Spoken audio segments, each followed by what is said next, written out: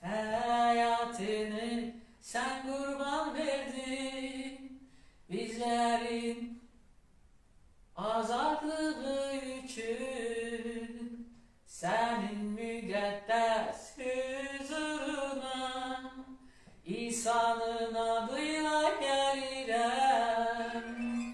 Hayatını sen kurban verdin bizlerin azadlığı için, sana secde edirəm, ben secde edirəm, sana secde edirəm, ben secde edirəm, senin adını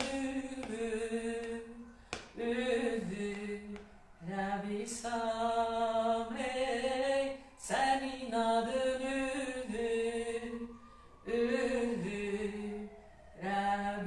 Rabisam. Haleluya, haleluya. Aziz dostlar, Tanrı'nın adı hükümlüdür, Tanrı'nın adı ucadır.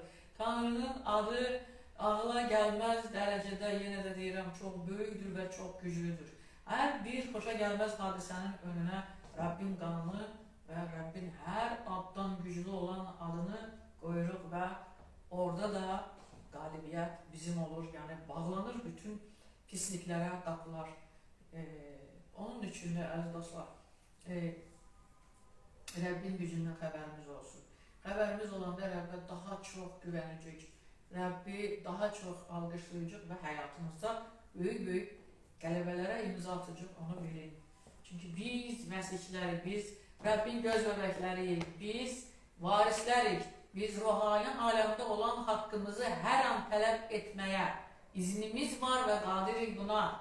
Bunu bilək, yani herkes özünü değerlendirsin, kıymetlendirsin. Bizde olan dünyadakinden böyüktür. Şükür ve izzet olsun, Tanrı bu ihtiyarları verdi bize. Dedi şeytana karşı durun, sizden kaçacak. Ve hakikaten de, çünkü şeytana karşı atılan bütün bizim dilimizden çıkan kelamlar o tarafa. İsa bilin sade kelam değil, o kelam ne olmuştur? Tanrıydı. Ve biz Tanrı'nı gönderir karşı tarafa. Bize gelen hemlenin karşısına Tanrı'nı gönderir. Təsəvvür edirsiniz, bu ne kadar güçlü bir şeydir. Buna özümüz inansa, şeytan da bizden korkup kaçacak. İsa Mesih'in adıyla. Amin, amin, amin. Ben her seher dururam. Yeni günü yani Rabbim bize verdiğine göre minnettar oluram ve deyirəm, minnettaram atam, minnettaram oğlum, minnettaram sene, müqəddəs ruh,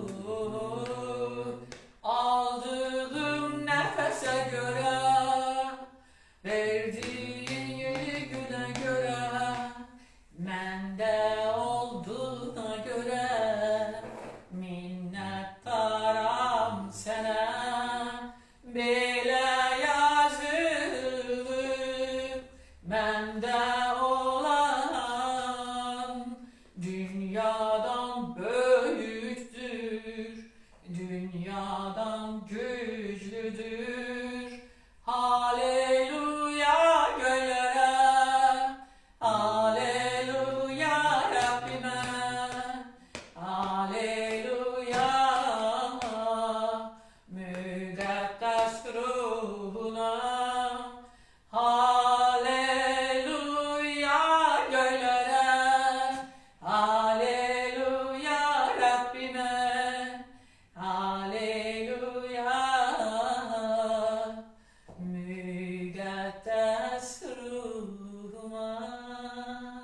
Haleluya, şükürler, izzetler olsun.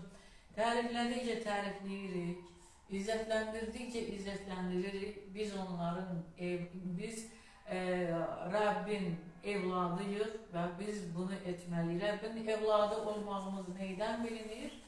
Güçlü olmağımızdan, mərhəmətli olmağımızdan, sevən olmağımızdan, söz yaradan olmağımızdan, Her bir şeyde Rabbi alkışlamağımızdan, her bir güzlü bir özel bir şey görerek Rabbi ucaltmağımızdan, Rabbin bize verdiğini bunu yani derk etmemizden ve dünyada seçili